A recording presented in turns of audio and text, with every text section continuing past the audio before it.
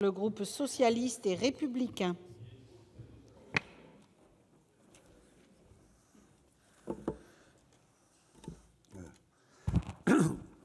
Madame la ministre, Madame la présidente, Madame la rapporteure, mes chers collègues, c'est un beau débat qui doit être vécu comme tel parce que c'est un débat où nous partons des mêmes bonnes intentions. Ensuite, il s'agit de voir si la loi ait rempli l'objectif voulu et donne les outils pour que cette intention soit mise en œuvre. Malheureusement, dans ce débat, j'entends qu'on occulte un certain nombre de remarques que je vais formuler devant vous. L'intention est de protéger les enfants de messages qu'ils ne pourraient pas d'ailleurs discerner comme les adultes, ou sinon on dirait qu'on enlève la publicité, y compris pour les adultes. Donc on dit les enfants ne peuvent pas discerner, n'ont pas la critique, la distance pour pouvoir digérer et se formuler leur propre jugement. Et c'est pour cela, d'ailleurs, et la ministre l'a rappelé, que France Télévisions, qui est exemplaire en la matière, a décidé, sur ses programmes d'animation jeunesse, de faire en sorte que la publicité des moins de 6 ans soit absente des écrans. Donc, je le dis pour ceux qui font comme si, sur France Télévisions, il n'y a pas de publicité avant 6 ans. Madame Laborde a dit, c'est à 6-7 ans que, etc. Mais justement, on ne cible que France Télévisions. Or, France Télévisions, déjà avant 7 ans, n'a pas de publicité. Par contre, on ne touche pas tout le reste, c'est-à-dire toutes les chaînes privées qui, elles, n'ont pas cette décision, n'ont pas pris cette décision vertueuse de France Télévisions. Donc je veux quand même le souligner, puisque c'est un argument qui est beaucoup avancé. Ensuite, on nous dit un certain nombre de choses sur le fait que on protégerait, on sanctuariserait parce que c'est le service public. Je pense que c'est pas connaître ce qui est en train de se passer globalement dans le monde de l'audiovisuel. Il n'y a plus de sanctuarisation de ce type. D'abord, les enfants, donc on parle à partir de 6 ans, ne sont pas sanctuarisés quand ils sont devant la télé. D'abord, ils regardent beaucoup les programmes d'adultes, c'est-à-dire les émissions de télé-réalité, les émissions même d'information, les séries, beaucoup. Et là, la publicité, vous ne proposez rien. Pourtant, les enfants sont devant ces programmes. Je parle de France Télévisions. Je ne dis même pas sur l'ensemble des autres chaînes. Et en général, on ne peut pas dire que les enfants sont d'abord et en priorité devant France Télévisions, puisque, y compris quand c'est des programmes jeunesse, ils sont majoritairement, comme ça a été dit tout à l'heure avec les chiffres, il y a 200 heures de l'autre côté, 600 et quelques heures sur Gullit, etc., où il n'y a rien de proposé pour encadrer la publicité. Donc, deuxième argument, quand même, c'est que cette histoire de sanctuarisation a un petit problème. Un petit problème par rapport aux nouvelles pratiques. Un enfant, aujourd'hui, s'il n'est pas surveillé par les parents et mis devant la télévision, il sait se servir de la zapette, comme on dit. Donc, c'est pas parce qu'on l'a mis devant France Télévisions, s'il n'est pas surveillé, qu'il va rester sur France Télévisions. Donc, il n'y a pas de sanctuarisation parce qu'il fera ce qu'il veut. Deuxièmement, l'essentiel de ce que font les enfants pour regarder de la production d'images, aujourd'hui, est en train de virer sur ce qu'ils regardent sur le net, et en particulier YouTube. Vous voulez que je vous dise un aperçu pour ceux qui pensent qu'on est sur la télé à papa, 570 000 vues à chaque fois qu'il y a une chanson de Disney sur le net. Petit ours brun, c'est sympa, 60 millions de vues quand c'est sur YouTube. Je peux continuer. La vidéo la plus vue par les enfants aujourd'hui sur YouTube, c'est 9 millions de vues du Roi Lion. Qu'est-ce qu'il y a avant et après? Il y a des pubs pour des jouets de guerre et de violence. il y a des pubs pour Flunch et pour McDonald's, et des pubs destinées aux enfants, où on fait croire que c'est un jeu, mais à la fin, ils mangent de la malbouffe. Et ça, on fait comme si les enfants seraient sanctuarisés parce qu'on les a mis devant France Télévisions.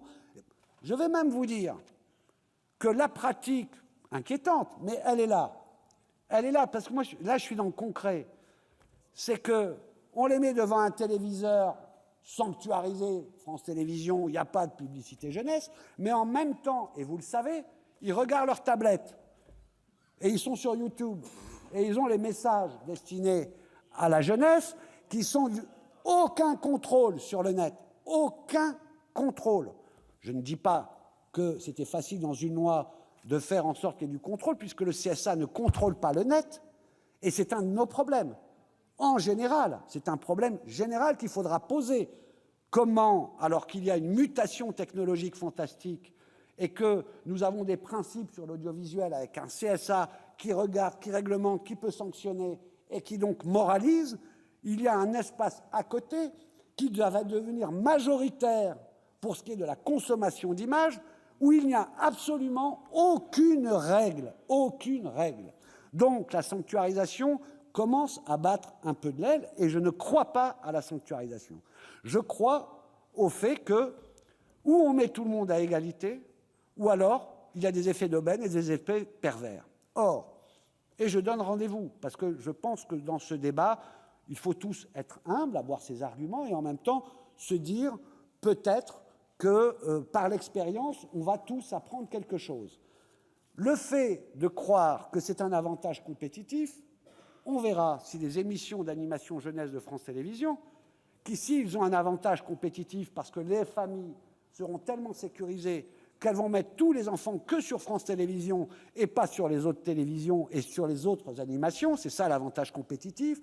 J'ai l'impression plutôt que ce qui va se passer, c'est que ça va être l'inverse. Pour 1000 raisons, et notamment une qui est évacuée, c'est que pour que France Télévisions garde la qualité qu'elle avait, l'investissement, et Madame la ministre l'a évoqué, la qualité de ces investissements dans les émissions pour enfants, on ne soit pas uniquement à apprendre du japonais, de l'américain, etc., mais que c'est la production française avec nos valeurs et nos talents. Il faut investir. Pour investir, il faut de l'argent. Or, certains pourront aller chercher les mannes de la publicité pour avoir cet argent, et France Télévisions, pour rester compétitive, devra avoir plus d'investissements et pas seulement les mêmes moyens qu'avant. Or, aujourd'hui, on enlève 20 millions au service public. Alors vous me dites, maintenant le COM l'a prévu. Je donne aussi rendez-vous. Nous aurons ces discussions l'année prochaine en loi de finances et l'année suivante. En gros, déjà, c'est faux de dater la perte de recettes à 2018 quand ça va s'appliquer. Car j'ai connu le même sujet quand on a supprimé la publicité après 20 heures. Dès maintenant, les annonceurs qui ont des budgets pluriannuels savent qu'il n'y aura plus de publicité sur France Télévisions en 2018. Et donc, ils se désengagent dès maintenant. Et il y aura des pertes dès maintenant. De la même façon que les annonceurs qui avaient des annonces après 20 heures, eh bien, ce n'est pas parce que c'était qu'après 20 heures qu'ils ont continué à investir avant 20 heures. Ils se sont aussi désinvestis parce qu'il y avait une unité d'investissement. Ils misaient sur France Télévisions, ils avaient des spots après 20 heures, avant 20 heures, il n'y en a plus après 20 heures, ils vont chercher d'autres partenaires de télévision et ils retirent, y compris, et on l'a vu ça en pratique, le fait qu'il y a eu des pertes même avant 20 heures parce qu'on a supprimé avant 20 heures, après 20 heures sur France Télévisions. Donc voilà, aussi sur le financement et sur on a prévu. Une autre chose qu'avait prévu le gouvernement, anticipateur, c'était de dire, en l'état, on n'a pas réformé l'assiette et je vais y revenir, on va augmenter d'1 euro supplémentaire la redevance, c'est 25 millions, ça va compenser les 20 millions de pertes. Bien, malheureusement, l'Assemblée nationale n'a pas suivi et a refusé cela. Alors vous me dites, oui, mais on a augmenté la taxe sur les télécoms, etc. Et ça compense. Mais ça, c'est chaque année que ce sera voté. Vous êtes sûr, vous, que l'année prochaine, ça va être voté? Vous êtes sûr que dans 2 ans, en 2018, ça va être voté? Par contre, la redevance pérennisée, quelle que soit l'alternance, les 25 millions étaient engrangés tout de suite et directement pour le service public. Donc, il n'y a pas la garantie. Vous pouvez me dire, il y a l'intention de ceux qui gouvernent aujourd'hui. Je ne sais pas ce que sera l'intention de ceux qui gouvernent demain. Et même, je sais que malgré ce qui a été dit ici, et je pense que c'est le point d'accord que nous avons tous, et je donne rendez-vous à tout le monde pour garder ce point d'accord, quelles que soient les majorités. J'ai entendu que le programme et les intentions de ceux qui veulent succéder au gouvernement actuel est de considérer que le périmètre de France Télévisions est beaucoup trop large, qu'il y a trop d'argent dépensé et qu'il faudra réduire le périmètre. Il y en a qui parlent de France 3, d'autres de France 4, avec l'argument trop d'argent du contribuable là. Donc je ne suis pas sûr que ceux qui viendront demain seront ceux qui abonderont de 20 millions de plus, puisqu'ils nous expliquent que ça coûte trop cher et qu'il faudra réduire la voilure. Donc nous sommes dans un débat où il faut au moins intégrer tout ce que je vous dis, et qui est pas inventé, ce sont absolument des faits qui pondèrent la joie, l'allégresse de nous faisons un petit pas, c'est merveilleux. Je répète, je suis pour protéger les enfants, et nous sommes pour protéger les enfants des agressions et des prédateurs qui profitent de cette, entre guillemets, innocence par rapport à un certain nombre de messages pour faire pression, y compris sur les familles.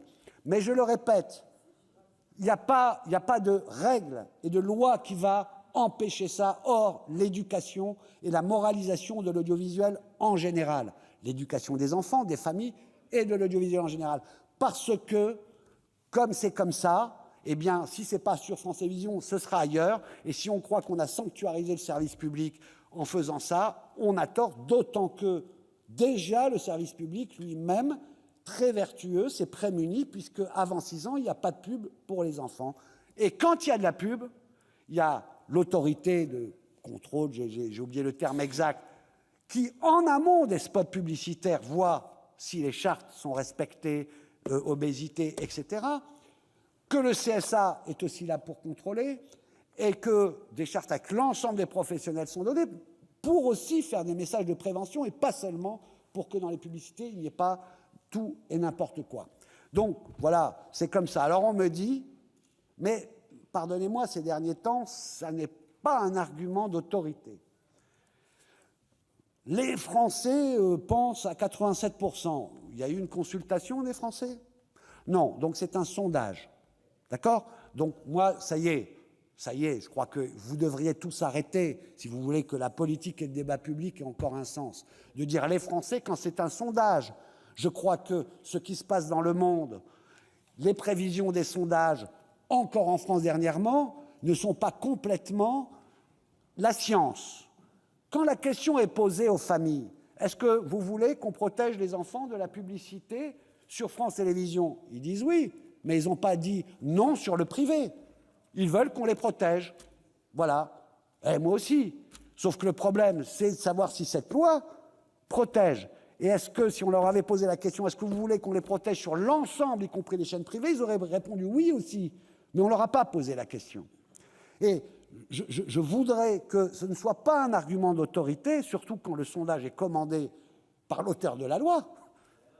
Ben, je ne dis rien, c'est un élément qui est apporté au débat. Ce n'est pas un élément scientifique, ni d'autorité. Si un gouvernement commandait un sondage et disait « voilà, je fais ça parce que les Français le pensent », on dirait « c'est vous qui avez commandé le sondage quand même ». Bon, donc moi, je dis, quand l'auteur de la loi commande un sondage, je prends la distance, je ne réfute pas qu'il nous indique des choses, mais je ne pense pas que c'est un argument d'autorité. Je finis donc en disant que pour toutes ces raisons, je n'ai pas le même enthousiasme.